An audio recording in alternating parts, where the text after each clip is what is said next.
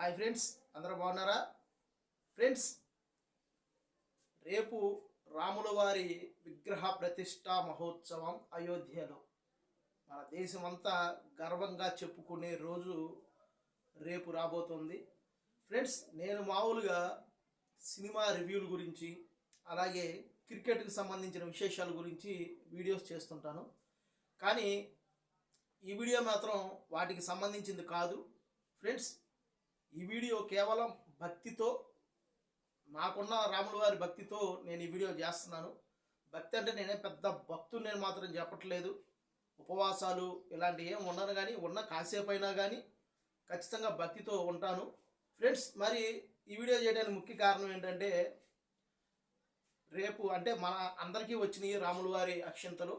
ఇంట్లోనే పూజ చేసుకోవడం మంచిదని చెప్పి పెద్దలు కూడా చాలామంది చెప్పారు, దీపాలు వెలిగించుకొని అవన్నీ. ఫ్రెండ్స్, మరి నేను అనుకుంటున్నది ఏంటంటే, ఇంట్లో ఆడవాళ్ళు చేస్తారు, అందరూ ఎవరి భక్తి కొలది వాళ్ళు ఉపవాసాలు ఉంటారు, దీపాలు వెలిగిస్తారు, లేని వాళ్ళు కూడా వాళ్ళకున్న స్థాయిలో వాళ్ళు చేసుకుంటారు.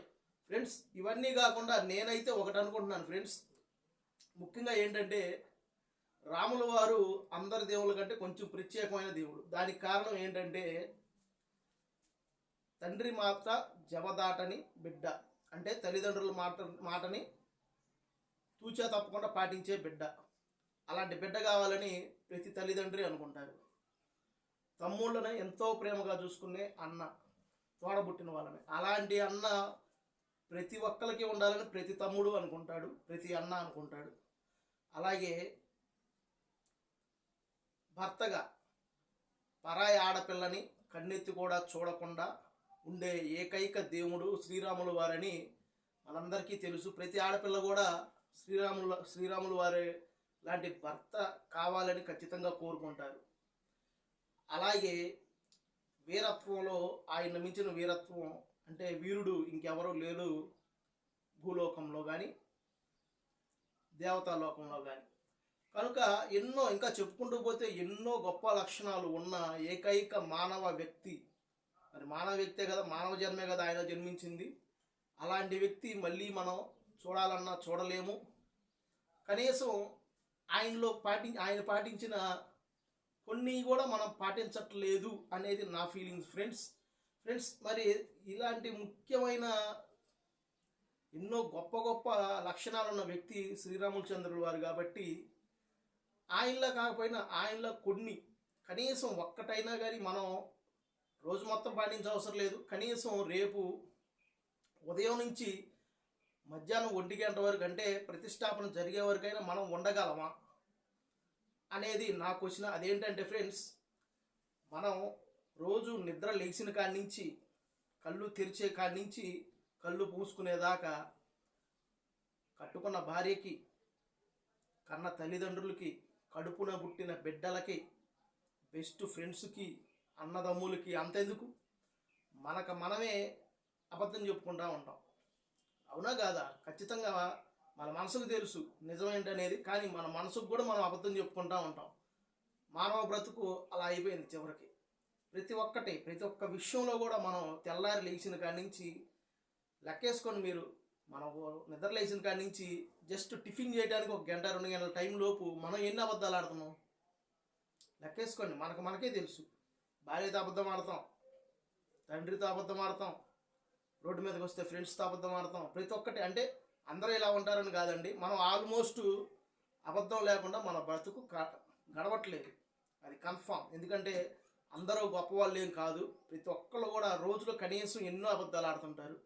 అవి జస్ట్ చిన్నయే కావచ్చు, కానీ అలా కాకుండా రేపు ఒక్కరోజు రాముల వారు పాటించిన దాంట్లో అబద్ధం ఆడరాదు అనేది కనీసం కొంతసేపు అయినా ఉంటే బాగుంటుంది అనేది నా ఫీలింగ్ ఫ్రెండ్స్. నేను అనుకునేది ఏంటంటే, మరి ఇలా ఎంతమంది చేస్తారో చేయరో కానీ ఒకసారి ట్రై చేద్దాం, జస్ట్ ట్రై చేద్దాం. నేనైతే ఖచ్చితంగా అలా ఉండాలి అనుకుంటున్నాను ఫ్రెండ్స్. రేపొద్దున ఉదయం 5 గంటల కాడి నుంచి స్నానం చేసి నేనైతే ఉపవాసాలు ఇలాంటివి ఏం ఉండను, కానీ భక్తితో ఉంటాను, రామజపం చేస్తుంటాను. అలాగే ప్రతి ఒక్క మాట కూడా నిజమే మాట్లాడతాను రేపు 1 గంట వరకు అని నేను అనుకుంటున్నాను ఫ్రెండ్స్. అది నా భార్యతో కావచ్చు, నా ఫ్రెండ్స్తో కావచ్చు, ఎవరితో అయినా కనీసం అంతసేపు ఉండగలమా? రాముల వారు మరి జీవితాంతం అలాగే ఉన్నారు. మనం కనీసం రోజు మొత్తంలో మన లైఫ్ మొత్తంలో ఒక్క పూటైనా అలా ఉండగలమా? మనకి ఒక గుర్తుగా ఉండిద్ది, మనమేంటో మనకి తెలిసిద్ది అనేది నా ఫీలింగ్ ఫ్రెండ్స్. కనీసం ఉదయం 5 గంటల నుంచి, అంటే ఎవరు లేచేదాన్ని బట్టి, నిద్ర లేచేదాన్ని బట్టి మనం మధ్యాహ్నం 1 గంటల వరకు అయినా సరే ఒక్క మాట అయినా అబద్ధం ఆడకుండా ఉండగలమా అనేది నా ఫీలింగ్ ఫ్రెండ్స్. నేనైతే అలా ఉందాము అని అయితే నిర్ణయం తీసుకున్నాను ఫ్రెండ్స్. మరి నేనైతే రేపు ఉదయం నుంచి కనీసం మధ్యాహ్నం 1 గంట వరకు అయినా సరే అలా నిజాయితీగా అబద్ధం ఆడకుండా ఉందామని అయితే నిర్ణయం తీసుకోవడం జరిగింది ఫ్రెండ్స్. మనం రేపే ఎందుకు తీసుకోవాలి నిర్ణయం అంటే, మనం జీవితాంతం ఉండలేం. మనకున్న ఇప్పటి బ్రతుకుల ప్రకారం మానవాళికి జీవితాంతం ఉండలేకపోవచ్చు, కానీ రేపు మంచి రోజు, మనందరం కలలుగన్న రోజు. అలాగే ఇది ఒక హిందువులకే కాదు ఫ్రెండ్స్, ముస్లిమ్స్ కానివ్వండి, క్రిస్టియన్స్ కానివ్వండి, ఎవరైనా కానీ మన హిందువులకి భగవద్గీత గొప్పది, అలాగే ముస్లిమ్స్కి ఖురాన్ గొప్పది, క్రిస్టియన్స్కి బైబిల్ గొప్పది. ఇవన్నీ చెప్పేది ఒకటే, ధర్మంగా ఉండండి అని. మరి కనీసం రేపు ఒక్కరోజు, కనీసం ఒక్క పూటైనా సరే మనకు నచ్చినట్టుగా అబద్ధం ఆడకుండా ఉండగలమా? ఉండటానికి ట్రై చేద్దాం. ఆ రాముల వారు మనకి ఎన్నో మనిషి బతకటానికి మంచి మార్గాలు చెప్పాడు. అంటే ఆయన బతుకును ఒక నిదర్శనంగా మనం తీసుకోవాలి అని మానవాళికి చెప్పారు. కానీ వాటిలో మనం ఏది పాటించట్లేదు, అందరూ పాటించట్లేదని కాదు కానివ్వండి. మరి మనిషి నిజాయితీగా ఉండాలి కదా. నిజాయితీగా ఉంటే మన భారతదేశంలో అందరూ బాగుండేవాళ్ళు. ఒకడికి తిండి ఉండటం, ఒకడికి తిండి లేకుండా ఉండేది కాదు ఫ్రెండ్స్. ఉన్నవాళ్ళు, గొప్పవాళ్ళు దాన ధర్మాలు చేస్తుంటారు, పూజలు చేస్తుంటారు, అన్నదానాలు చేస్తుంటారు. లేనివాడు చెయ్యెత్తి మొక్కుతాడు. ఇవన్నీ కూడా మనం ఎప్పుడూ చేసేయే.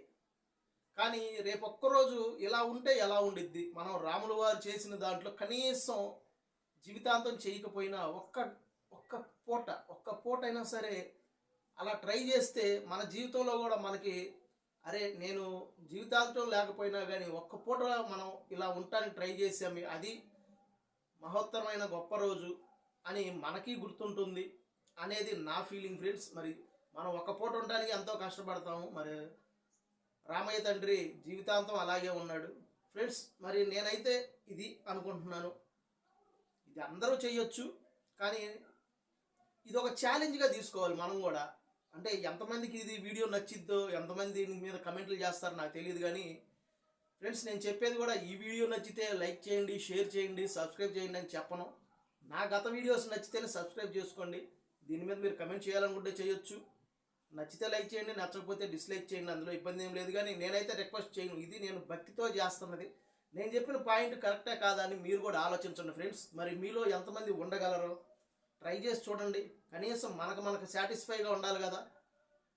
కొంతమంది భార్య పిల్లల దగ్గర, తల్లిదండ్రుల దగ్గర, ఫ్రెండ్స్ దగ్గర, అందరి దగ్గర అబద్ధాలు ఆడుతుంటారు నిద్ర లేచిన కాడి నుంచి. కనీసం మనం బయటికి వెళ్ళి అబద్ధాలు ఆడకపోయినా, ఇంట్లో భార్య పిల్లలతో అయినా, కన్న తల్లిదండ్రులతో అయినా, అంటే రేపు సెలవు దినం కాబట్టి ఇంట్లో ఉండి నిజాలు మాట్లాడితే కూడా మనకి ఎంతో హాయిగా ఉండొచ్చు అనేది నేను అనుకుంటున్నాను. ఎందుకంటే బయటికి వెళ్తే కొన్ని సమస్యల వల్ల కొంతమందితో అబద్ధాలు చెప్పాల్సి వస్తున్న రోజులు ఇవి.